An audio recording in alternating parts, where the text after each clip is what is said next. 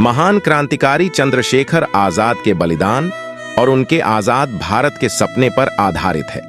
इस हिंदी देशभक्ति कविता में कवि ने अपनी बातों से झकझोर कर रख दिया है। जिस आजादी के लिए चंद्रशेखर आजाद और भगत सिंह जैसे वीरों ने अपनी कुर्बानी दी थी, क्या आज उन सेनानियों के लिए हमारे हृदय में कोई स्थान नहीं है? चंद पैसे और कुर्सी के लालच में लोग इन क्रांतिकारियों का मजाक उड़ाने तक से बाज नहीं आते। कुछ ऐसे ही विद्रोही बोलों के साथ कवि ने यह कविता लिखी है। जरूर पढ़िए, ये देशभक्ति कविता आपके दिल को छू जाएगी। दसाक्ष।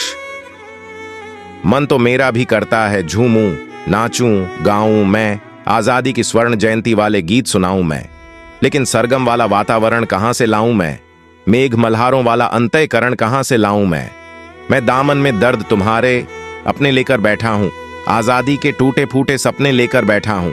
घाव जिन्होंने भारत माता को गहरे दे रखे हैं, उन लोगों को जैड सुरक्षा के पहरे दे रखे हैं जो भारत को बर्बादी की हद तक लाने वाले हैं। वे ही स्वर्ण जयंती का पैगाम सुनाने वाले हैं। आजादी लाने वालों का तिरस्कार तड़पाता है, बलिदानी गाथा पर थूका बार बार तड़पाता है।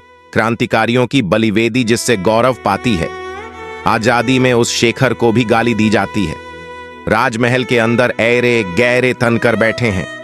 बुद्धिमान सब गांधी जी के बंदर बनकर बैठे हैं। मैं दिनकर की परंपरा का चारण हूं, भूषण की शैली का नया उदाहरण हूं। इसीलिए मैं अभिनंदन के गीत नहीं गा सकता हूं, मैं पीठ ढा की चीखों में संगीत नहीं ला सकता हूं। इससे बढ़कर और शर्म की बात नहीं हो सकती थी। आजादी के परवानों पर घात नहीं हो सकती थी। कोई बलिदानी शेखर को आतंकी कह जाता है, पत्थर पर से नाम हटाकर कुर्सी पर रह जाता है। गाली की भी कोई सीमा है, कोई मर्यादा है। ये घटना तो देशद्रोह की परिभाषा से ज्यादा है। सारे वतन पुरोधा चुप हैं, कोई कहीं नहीं बोला, लेकिन कोई ये ना समझे कोई खून नहीं खौला। मेरी आंखों में पानी है, सीने में चिंगारी है। राजनीति ने कुर्बानी के दिल पर ठोकर मारी है। सुनकर बलिदानी बेटों का धीरज डोल गया होगा। मंगल पांडे फिर शोणित की भाषा बोल गया होगा। सुनकर हिंद महासागर की लहरें तड़प गई होंगी। शायद बिस्मिल की गजलों की बहरें तड़प गई होंगी। नील गगन में कोई पुच्छल तारा टूट गया होगा। अशफा कुल्ला की आंखों में लावा फूट गया होगा। मातृभूमि पर मिटने वाला टोला भी रोया होगा। इनकलाब का गीत बसंती चोला भी रोया होगा। चुपके रोया होगा संगम तीरथ का पानी। आंसू आंसू रोई होगी धरती की चूनर धानी। एक समंदर रोई होगी भगत सिंह की कुर्बानी। क्या ये ही सुनने की खातिर फांसी झूले सेनानी। जहां मरे आजाद पार्क के पत्ते खडक गए होंगे, कहीं स्वर्ग में शेखर जी के बाजू फड़क गए होंगे। शायद पल दो पल को उनकी निद्रा भाग गई होगी, फिर पिस्तौल उठा लेने की इच्छा जाग गई होगी। केवल सिंहासन का भाट नहीं हूं मैं, विरुद्धावलियां वाली हाट नहीं हूं मैं सूरज का बेटा तम के गीत नहीं गा सकता हूं। मैं पीढ़ा की चीखों में संगीत नहीं ला सकता हूं। शेखर महायज्ञ का नायक गौरव भारत भू का है, जिसका भारत की जनता से रिश्ता आज लहू का है।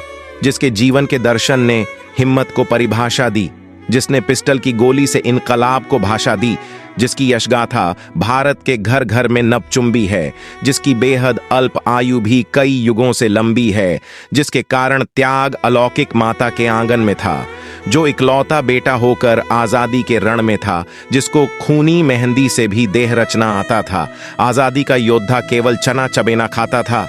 अब तो नेता सढ़-ढचके पर्वत शहरों को खा जाते हैं, पुल के शिलान्यास के बदले नहरों को खा जाते हैं। जब तक भारत की नदियों में कल कल बहता पानी है, क्रांति ज्वाल के इतिहासों में शेखर अमर कहानी है।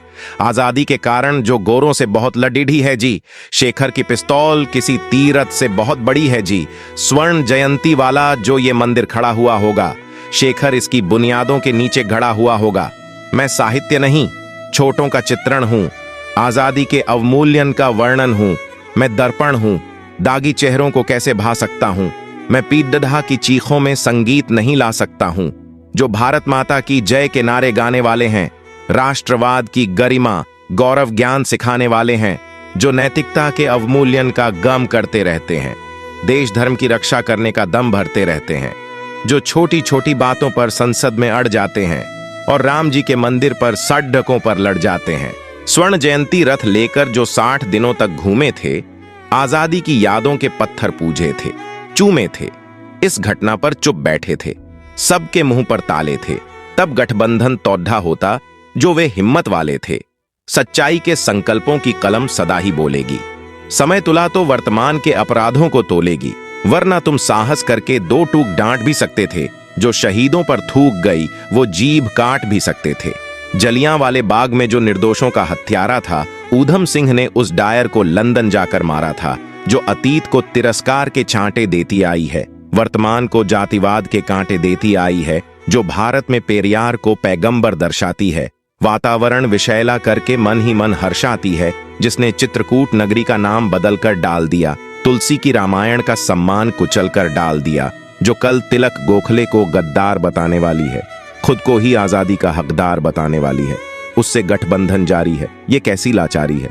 शायद कुर्सी और शहीदों में अब कुर्सी प्यारी है, जो सीने पर गोली खाने को आगे बढ़ जाते थे, भारत माता की जय कहकर फांसी पर चढ़ जाते थे। जिन बेटों ने धरती माता पर कुर्बानी दे डाली, आजादी के हवन कुंड के लिए जवानी दे डाली, दूर गगन के तारे उनके नाम दिखाई देते हैं, उनके स्मारक भी चारों धाम दिखाई देते हैं। वे देवों की लोकसभा के अंग बने बैठे होंगे, वे सतरंगे इंद्रधनुष के रंग बने बैठे होंगे।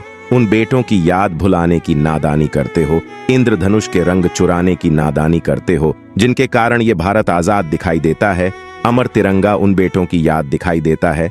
उनका नाम जुबां पर लेकर पलकों को झपका लेना, उनकी यादों के पत्थर पर दो आंसू टपका देना, जो धरती में मस्तक बोकर चले गए, दाग गुलामी वाला धोकर चले गए। मैं उनकी पूजा की खातिर जीवन भर गा सकता हूँ, मैं पीढ़ा की चीखों में संगीत नहीं ला सकता हूँ।